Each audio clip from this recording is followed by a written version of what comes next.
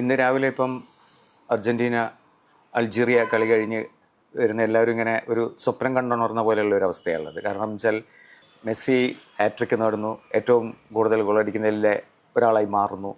ഇതൊക്കെ മാറുന്ന സമയത്ത് നമ്മൾ മെസ്സിയെക്കുറിച്ച് പൊതുവേ മീഡിയയിലൊക്കെ തന്നെ വന്നുകൊണ്ടിരുന്നതെന്ന് വെച്ചാൽ മെസ്സിയുടെ ഒരു കാലം ഏതാണ്ട് ഇതൊരു അവസാനത്തെ കളി എന്നുള്ള രീതിയിലൊക്കെയാണ് അതിനെ കാണുന്നത്. അതായത് ഒരു ഇവിടെ പറയുന്ന ലോകകപ്പ് എന്നൊക്കെയുള്ള ഇതിൽ. പക്ഷേ ഏറ്റവും നന്നായിട്ട് തന്നെയാണ് മെസ്സിയുടെ പെർഫോമൻസ് വന്നിട്ടുള്ളത്. മാത്രമല്ല ഒരു സ്വപ്നത്തിൽ മാത്രം കാണാൻ പറ്റുന്ന രീതിയിലുള്ള പെർഫോമൻസ് ആയിരുന്നു.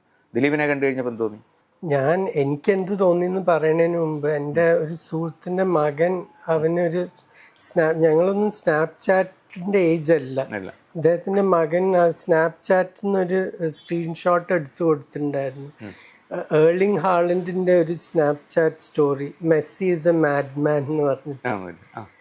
അത്രേ പറയാനുള്ളൂ. ശരിക്കും ആർക്കും ചില ആൾക്കാരെ പറ്റി നമുക്ക് വാക്കുകളില്ല സംസാരിക്കാൻ. അങ്ങനത്തെ ഒരു ഇതിനെപ്പറ്റി ഞാൻ വേറൊരു കാര്യം കൂടി പറയും.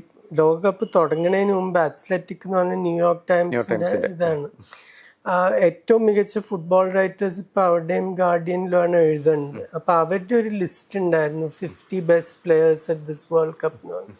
നമ്മുടെ ഇവിടുത്തെ ഇന്ത്യൻ മീഡിയ പോലെ ഇവിടെ ആർക്കും ശരിക്കും 4 കൊല്ലം കൂടുമ്പോൾ കാണുന്ന ആൾക്കാരാണ് സാധാരണ. കാര്യമായിട്ട് ഡെപ്തിൽ വിവരമൊന്നുമില്ല. ഇപ്പൊ മെസ്സിയും റൊണാൾഡോയ്ക്ക് അപ്പുറം ഒരു ലോകമില്ല. അവര് ശരിക്കും അറിഞ്ഞുകൊണ്ട് ചെയ്യണ ഒരു ലിസ്റ്റാണ്. അതില് റൊണാൾഡോനെ അവർ നമ്പർ 50 ആയിരുന്നു. അത് ക്ലിയർ ആയിട്ട് പറഞ്ഞിട്ടുണ്ട്, this is A legacy vote. Messi പക്ഷെ നമ്പർ 25. അത് 25 എന്ന് പറയുന്നത് 3 കൊല്ലമായിട്ടൊരു ടോപ്പ് ലീഗിൽ കളിച്ചിട്ടില്ല. എന്നിട്ടും കൂടി ആദ്യത്തെ 25 വരുന്നുണ്ട്. എന്താ വെച്ചാൽ ഏത് കളിക്കുമ്പോഴും അന്താരാഷ്ട്ര കളിയായാലും ക്ലബ് കളിയായാലും അത് ഇൻഫ്ലുവൻസ് ചെയ്യാനുള്ള കഴിവ് ഇപ്പോഴും ഉണ്ട്. നമ്പർ 1 ആരായിരുന്നു? Dembele, Usman Dembele. അതിനായിട്ട് ഞാൻ യോജിക്കുന്നില്ല. എന്നാലും എൻ്റെ അഭിപ്രായത്തിൽ ഇപ്പോൾ ഒരു എംബാപ്പയുടെ ഒളീസിയുടെ ഒക്കെ സീലിംഗ് ഡെംബെലയുടെ ഒന്നും കുറെ മേധയാണ്. പക്ഷെ എന്നാലും അത് ഒരു കോംപ്രിഹെൻസീവ് ലിസ്റ്റ് ആയിരുന്നു. പക്ഷെ മെസ്സിയുടെ കഴിവ് അതാണ്. ഇപ്പൊ അടുത്ത ആഴ്ച 39 വയസ്സാവും. പക്ഷെ എന്നാലും അർജന്റീന എന്ന ടീം മുഴുവൻ ഇപ്പൊ മെസ്സിക്ക് വേണ്ടി കളിക്കണ ഒരു ടീമാണ്. അത് തിരിച്ചവർക്ക് കൊടുക്കണമുണ്ട്. ആ സെറ്റപ്പ് മുഴുവൻ മെസ്സിയുടെ അടുത്തുനിന്ന് മാക്സിമം എന്താ അവർക്ക് എടുക്കാൻ പറ്റും അതിനുവേണ്ടിയാണ് ടീം സെറ്റപ്പ് ചെയ്തിട്ടുള്ളത്. ഡിപ്പോളിന്റെ ഓട്ടം, മെക്കാലിസ്റ്റർ സെൻട്രൽ മിഡ്ഫീൽഡ് എല്ലാം മെസ്സിയുടെ ലോഡ് ഏറ്റവും കുറയ്ക്കുക. അത് കാരണം മെസ്സിക്ക് ഇപ്പോഴും ആ ഷോർട്ട് ഡിസ്റ്റൻസിൽ എക്സ്പ്ലോസീവ് സ്പീഡ് കാണിക്കാൻ പറ്റുന്നുണ്ട്. 2 ഗോളിന് നമ്മൾ കണ്ടു. അതേപോലെ രണ്ടാമത്തെ ഗോള് മിസ്റ്റേക്ക് ആണെങ്കിലും അവിടെ എത്തണം. മെക്കാലിസ്റ്റർ ഷോട്ട് കീപ്പർ സ്പില്ല് ചെയ്യുമ്പോൾ അത് ആന്റിസിപ്പേറ്റ് ചെയ്ത് അവിടെ എത്തിയിട്ടുണ്ട്. അതാണ് ഒരു ഏറ്റവും മികച്ച കളിക്കാരെന്ന് പറഞ്ഞാൽ അവര് ബോൾ വെച്ച് ചെയ്യേണ്ടത് മാത്രമല്ല, അവർക്ക് എവിടെ എത്തണം എന്ന് അത് ഒരു ഭയങ്കര ഒരു റേഡാർ പോലെയാണ് ശരിക്കും. ഈ 3 ഗോളുകളും മനോഹരമായിരുന്നല്ലോ. അത് 3 ദിലീപ് എങ്ങനെയാണ് അതിനെ പേഴ്സണലൈസ് ചെയ്ത് വ്യൂ ചെയ്യുന്നത്? ആദ്യത്തെ ഗോള് ഞാൻ എൻ്റെ ഒരു ഫ്രണ്ടിന് മെസ്സേജ് അയച്ചു.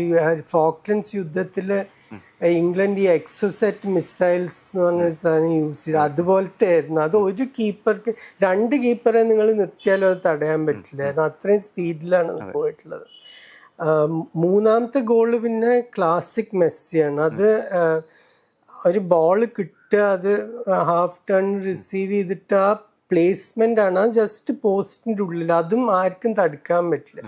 കീപ്പർ ഡൈവ് ചെയ്യുകയൊക്കെ ചെയ്തിരിക്കുന്നു, പക്ഷെ ആ പ്ലേസ്മെന്റ് അത്രയും എന്താ പറയുക ലേസർ ഗൈഡഡ് പ്ലേസ്മെന്റ് ആണ്. അപ്പൊ അത് ഒന്നാമത്തെയും മൂന്നാമത്തെയും ഗോളും ശരിക്കും പെർഫെക്ഷൻ ആയിരുന്നു. രണ്ടാമത്തെ പിന്നെ ഒരു ഗിഫ്റ്റ്, അത് പക്ഷെ അത് ഗിഫ്റ്റ് കളക്ട് ചെയ്യാനും നിങ്ങൾ അവിടെ എത്തണം എന്നുള്ളതാണ്. ഇതിൽ ഇപ്പം നമ്മൾ ഗോൾ കീപ്പറെ പറ്റി നോക്കുകയാണെങ്കിൽ ഇപ്പൊ ലൂക്കാ സിദാന്റെ ഒരു പെർഫോമൻസ് അത്രയും പരീക്ഷിക്കപ്പെട്ടിട്ടുണ്ട് മുമ്പ് അല്ലേ? ശരിക്കും പരീക്ഷിക്കപ്പെട്ടിട്ടുണ്ട്. ഈ നേരത്തെ പറഞ്ഞ ശ്രമിക്കാതെ അല്ല, അത് ഗോളായ അതിൽ പോലും നല്ല ശ്രമം നടത്തിയിട്ടുണ്ട്. അതെങ്ങനെയാണ് റിവ്യൂ ചെയ്യുന്നത്? ഒരു മിസ്റ്റേക്ക് പറ്റി അതിലാണ് ശരിക്കും കളി മാറിയെന്ന് പറയാൻ പറ്റുന്നത്. എന്ന് വെച്ചാൽ അതുവരെ അൾജീരിയ കളിയിൽ ഉണ്ടായിരുന്നു. 1-0 ആണ്, അർജന്റീനയാണ് ഡോമിനേറ്റ് ചെയ്യേണ്ടത്. എന്നാലും 1-0 ആകുമ്പോൾ ആ ഒരു ടീമും സേഫ് അല്ല. പിന്നെ ആ ഒരു തെറ്റിന്ന് മെസ്സി ഗോൾ അടിക്കണം, കളി കഴിയണം. പക്ഷെ പൊതുവെ നല്ലൊരു പെർഫോമൻസ് ആയിരുന്നു. അൾജീരിയ ടീം മുഴുവനായിട്ട് നോക്കുകയാണെങ്കിൽ നിരാശപ്പെടുത്തുന്ന ഡിസ്പ്ലേ ആയിരുന്നു. പക്ഷെ സിഡാൻ കുഴപ്പമില്ലാതെ കളിച്ചു. ഇത് വെച്ചിട്ട് നമുക്ക് ഇപ്പം എല്ലാവരും മെസ്സി കേന്ദ്രീകരിക്കപ്പെട്ടിരിക്കുന്ന ഒരു അർജന്റീനൻ ടീം എന്നുള്ള രീതി തന്നെയാണല്ലോ നമ്മൾ പലരും പ്രതീക്ഷിച്ചിരുന്നതെന്ന് വെച്ചാൽ ആദ്യത്തെ കളിയിൽ ചിലപ്പോൾ മെസ്സി കളിച്ചില്ലെങ്കിലും ജയിക്കാവുന്ന ടീം തന്നെയാണ് അർജന്റീന. പക്ഷെ ഇത് വെച്ചിട്ട് അങ്ങോട്ടുള്ള കളികളെ പറ്റി എങ്ങനെയാണ് ദിലീപ് വിലയിരുത്തുന്നത്? ഇതിപ്പോ വലിയൊരു ആശ്വാസം. ഇപ്പൊ കഴിഞ്ഞ തവണയൊക്കെ സൗദി അറേബ്യയോട് തോറ്റത് കാരണം എല്ലാ മാച്ചും മസ്റ്റ് വിന്നായി മാറി. ഇപ്പൊ ഇനി ഓസ്ട്രിയയുടെ എതിരെ ടെൻഷൻ ഇല്ലാതെ കളിക്കാം. പിന്നെ ജോർദനായിട്ട് ഒരു കളിയും കൂടി ഉണ്ട്. അപ്പൊ അതിന്ന് 2 കളിയിൽ നിന്ന് 1 പോയിന്റ് കിട്ടി ഉറപ്പായിട്ടും അടുത്ത റൗണ്ടിൽ കയറും. ഓസ്ട്രിയയെ തോൽപ്പിച്ചാൽ ഗ്രൂപ്പ് ടോപ്പ് ചെയ്യുന്ന ഉറപ്പാണ്. അപ്പൊ പിന്നെ ആ ഒരു ഫ്രീഡമോട് കൂടി കളിക്കാൻ പറ്റും. ഇന്നും പറയുമ്പോൾ വളരെ ഫ്രീ ആയിട്ട് തന്നെയാണ് അർജന്റീന കളിച്ചത്. അത് മറ്റവരുടെ ഭാഗത്തു നിന്നുള്ള കുഴപ്പം കാരണവും കൂടിയാണ്. ഈ നമ്മളിപ്പം 16 ഗോളുകൾ ലോകകപ്പിലെ മറ്റേ ക്ലോസയുടെ എണ്ണത്തിന് സമമായി എന്നൊക്കെ പറയുന്നുണ്ടല്ലോ. പക്ഷെ ഒരു ലെജൻഡ് എന്നുള്ള രീതിയിൽ മെസ്സിയെ ദിലീപിന്റെ ഒരു വ്യക്തിയാനുഭവത്തിന്റെ വെളിച്ചത്തിൽ എങ്ങനെയാണ് പ്ലേസ് ചെയ്യുന്നത്? ഞാൻ കാണാത്ത കളിക്കാരെ പറ്റി എനിക്ക് പറയാൻ പറ്റില്ല. ഇപ്പൊ പെലെ, ഡി സ്റ്റെഫാനോ, ക്രൂയിഫ് അങ്ങനത്തെ കളിക്കാരെ പറ്റി എനിക്ക് പറയാൻ പറ്റില്ല. അത് ശരിയല്ല. പിന്നെ ഈ തലമുറകൾ തമ്മിൽ കമ്പയർ ചെയ്യുന്നതും എനിക്ക് വലിയ ഇഷ്ടമല്ല. പക്ഷെ ഞാൻ എൻ്റെ ജീവിതത്തിൽ കണ്ടിട്ടുള്ള ഏറ്റവും മികച്ച ഫുട്ബോളർ മെസ്സിയാണ്. അത് എന്നോട് പലരും ചോദിച്ചു, നിങ്ങൾ ഓരോ തവണ ഓരോന്ന് എന്താ പറയുന്നത്? ഞാൻ ഓരോ തവണ ഓരോന്നല്ല പറയുന്നത്. ഏറ്റവും നല്ല ഫിനിഷർ R9, അതിലൊരു സംശയമില്ല. ഞാൻ 40 കൊല്ലം കണ്ടിട്ടുള്ള ആരും R9ന്റെ അടുത്ത് പോലും എത്തില്ല. ഏറ്റവും കംപ്ലീറ്റ് ഫുട്ബോളർ മെസ്സിയാണ്. ഏറ്റവും കളി സ്വാധീനിച്ചിട്ടുള്ള വ്യക്തി ഞാൻ കോച്ചായിട്ടേ കണ്ടിട്ടുള്ളൂ, അത് യോഹാൻ ക്രൂയിഫ്.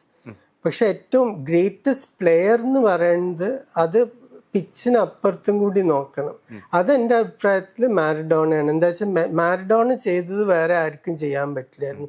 നാപ്പോളി പോലത്തെ ഒന്നും അല്ലാത്തൊരു ടീമിനെ ഒരു യൂറോപ്യൻ ട്രോഫി വരെ നേടിച്ചു കൊടുത്തു, 2 ഇറ്റാലിയൻ ടൈറ്റിൽസ്. അതൊന്നും എനിക്ക് തോന്നുന്നില്ല ഒരു മെസ്സിക്കോ ക്രിസ്ത്യാനോനോ R9നോ ചെയ്യാൻ പറ്റുമായിരുന്നു.